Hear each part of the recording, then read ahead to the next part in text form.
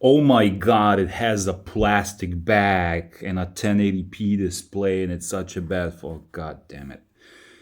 Again, I've been watching older reviews from other reviewers, and yeah, they always talk about things that don't really matter. So let's dive into it. The S21 is a little over a year old right now, and I borrowed this phone from a friend because I wanted to take a hit on a used phone and not on a phone that is brand new from a shop. That would be useless. And my friend's been carrying it without a case, without any screen protectors for year and a half. His daily habits have been charging it once per day. He doesn't game.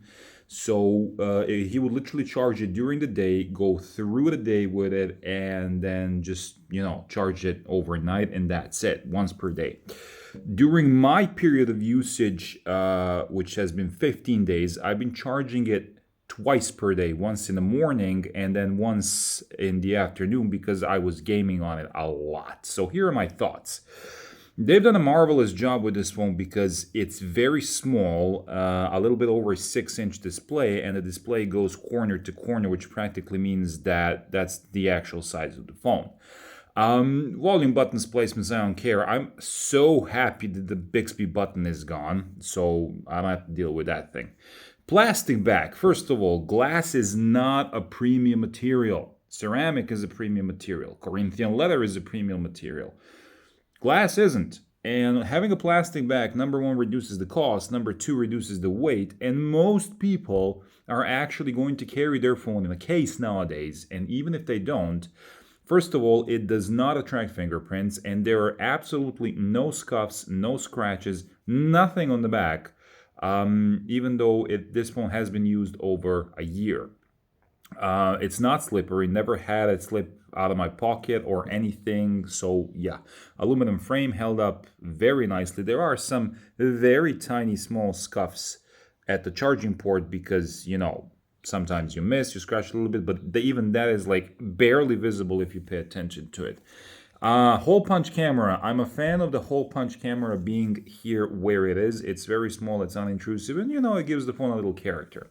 What I do like about this phone compared to most of the Chinese phones that people use nowadays is that if you get a Chinese phone, they all have the exact same design. They're going to have a punch hole camera here in the upper left corner, and they're going to have slightly sloped edges, and they're going to look exactly the same. All of them are 6.7-inch displays, whether it's the Oppo Find X3 or OnePlus 9, OnePlus 10 Pro, Xiaomi Z11. They all look exactly the same. Whereas this one, first of all, it has flat edges, and that's absolutely amazing. Second of all, there are no curves on the display, no accidental touches. It is absolutely magnificent to handle with one hand. Makes things a lot easier. The phone in the pocket is very light. Seriously, this phone is an absolute joy to use. Now, speaking of the display, oh my god, it's 1080p. Yes, of course it's 1080p because the phone has a 4000 milliamp battery. The display is 120 Hz refresh rate. If you put anything larger than that, it's going to throttle the CPU. It'll require far more battery. It'll overheat. And honestly, at 6.2 inches of a display, it's not about the resolution. It's about pixels per inch, which is way over 400, and it's about the actual quality and the materials. The most important thing about this display is that it's extremely sharp. It does not lag. It can go down to 48 hertz, which means it's going to save battery when you're pretty much doing nothing on the phone, just looking at a picture or reading an article. It's not going to slow down. There is no rainbowing, which is one of the most important things. Few months ago, I had a OnePlus 9 RT, which was an absolute epic disaster of a display. Xiaomi Mi 12 and Mi 12X, not the Mi 12 Pro, have a disaster of a display because no matter how accurate the colors are, not a single reviewer is going to tell you that it's only under a certain angle because the moment you tilt your phone, it starts going into pink and then into green. With this phone, it does not happen. At an extreme angle, it'll go slightly bluish, but that's it. That's all that it does. So this display, ignore what other reviewers are saying. At 1080p, 120 Hz refresh rate is absolutely awesome. That's it. End of the line. Now, speaking of the computing power, one of the things that they should have done, in my personal opinion, instead of going for Snapdragon 888, they should have gone with a Snapdragon 870, because I still have the Oppo Find X3, not the 3 Pro, and I also have the Xiaomi Mi 10s, both having Snapdragon 870. The performance is exactly the same, even 2 years, because that's technically a 2-year-old CPU, given that it's based off of the 865. The performance is exactly the same. Literally, you cannot tell the difference, except for the benchmarks, between the 865, 870, 888, and the 8 Gen 1, or whatever it's called. But the thermals are significantly lower. The battery consumption is significantly lower. This has a 4,000 milliamp battery on paper. However, my Android phone is registering 3,880, and I'm pretty sure it's the case with every other S21. The battery life would have been significantly higher if they had gone for the Snapdragon 870. The only issue is that then they would have to lower the cost, which would technically mean that they would completely obliterate every single other phone in their lineup. Because to get a powerhouse of a phone like this, which at the launch was $800, and then eventually it would end up being probably $650 to $700 with Snapdragon 870, with an excellent battery life performance and pretty much overall a great phone, they would have a problem because no other phone in their lineup would actually sell. And that's pretty much it. Now, speaking of that performance and battery life, when I first turned the phone on, because I have, what's the word I'm looking for? Yeah, I have factory reset the phone and then started installing everything from scratch. At first, the first charging cycle, I got 3 hours of screen on time. The second one, 3.5. Then I went to 15 minutes. Now I can comfortably get 5 to 6 hours of screen on time, even when gaming significantly, which definitely goes to show that the Android One UI 4.1 is giving itself some time to actually figure out what you're doing with your phone. But once you do that, everything is fine. Now, let me go into the settings, and the most important thing to do is general management, battery life, and then what am I looking for? More battery settings. Now, what you should do, you should go into, you should put the processing speed into optimized, which is going to significantly extend your battery. Another thing you should do is you should definitely go into deep sleeping apps and put every single app that you don't use into deep sleep, which is Facebook, Instagram, Messenger, or whatever it is that you're using that you technically should only, it should be active when you're actually using it. Nobody cares if you get background notifications on Instagram or Facebook, but this significantly increases battery life because there is nothing working in the background. So as for battery life and performance, it has been an absolute beast. Gaming on this phone is also extremely well. Now, shout out to Gameloft and Asphalt 9, because for 2 weeks I've been going back and forth with their customer support service, and they just simply refuse to remotely restore my progress, saying that I don't know how to use my Google account, even though every single other game that I play had no issue syncing on the first startup, and that's it. But Asphalt, for some reason, even after investing thousands of dollars into the game over the course of 4+ years, they just refuse to help me, and that's it. But yeah.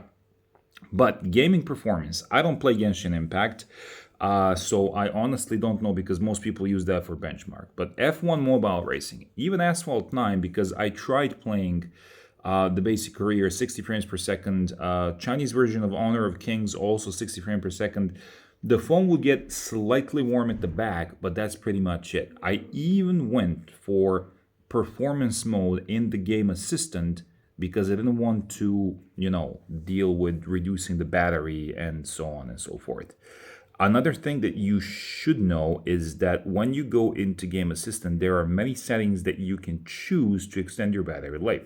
You can go to battery life mode. You can downclock your screen to only 48 hertz if you're playing something at 30 frames per second, so that the display won't refresh at 120 if it doesn't have to. So pretty much the phone is an absolute beast. Speaker test. Let me find some of my own music so I don't get a copyright claim. Yeah, sure.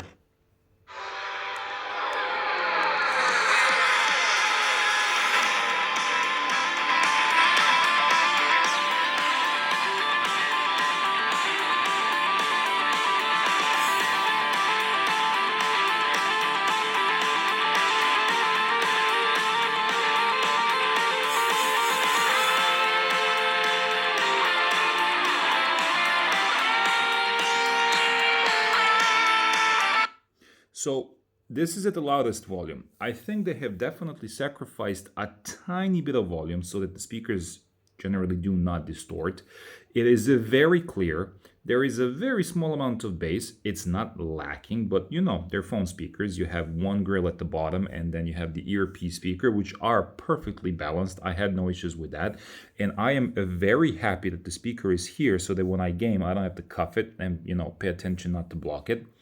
The speakers are very clear. There is Dolby Atmos on board, and the mids are slightly boosted to get like a rich sound. But on a phone, I still prefer to get a quote-unquote 3D experience of spatial audio rather than, you know, dealing with bass and muffled speakers and so on. The audio performance in the Bluetooth earpieces is absolutely excellent and probably the best one on any phone. Two companies that I praise for their Bluetooth audio quality is OnePlus and Samsung, but they are different. OnePlus goes for a powerful, massive, bassy, compressed sound that's just, you know, banging in your ears. Here with a Samsung, everything is clear.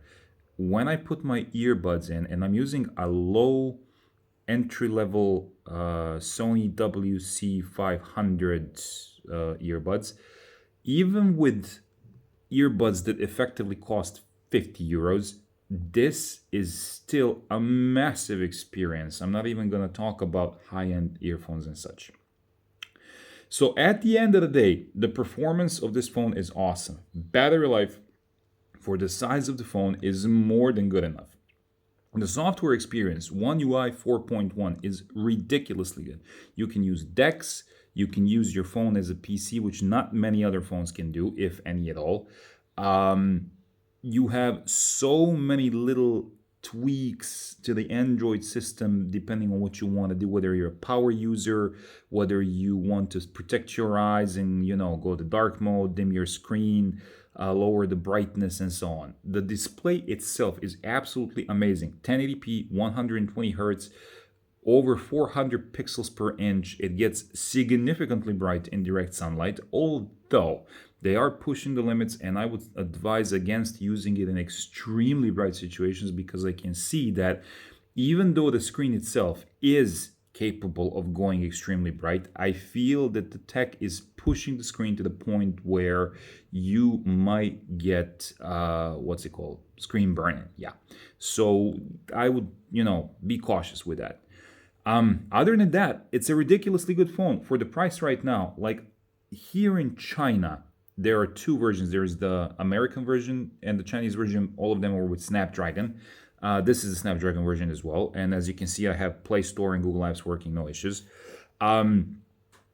The used phone goes for 2,700 RMB with a 1-year warranty, which roughly translates to about 400 euros, $450. New one is exactly 500 euros, which is $550.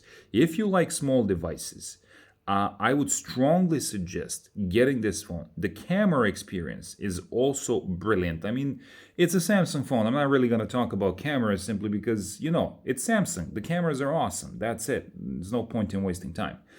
So, yeah, at the end of the day, go for it. It's a great phone. It really is. I bashed on Samsung phones in the past, but this one is an absolute winner. That's it. Any questions you have, ask in the comment section.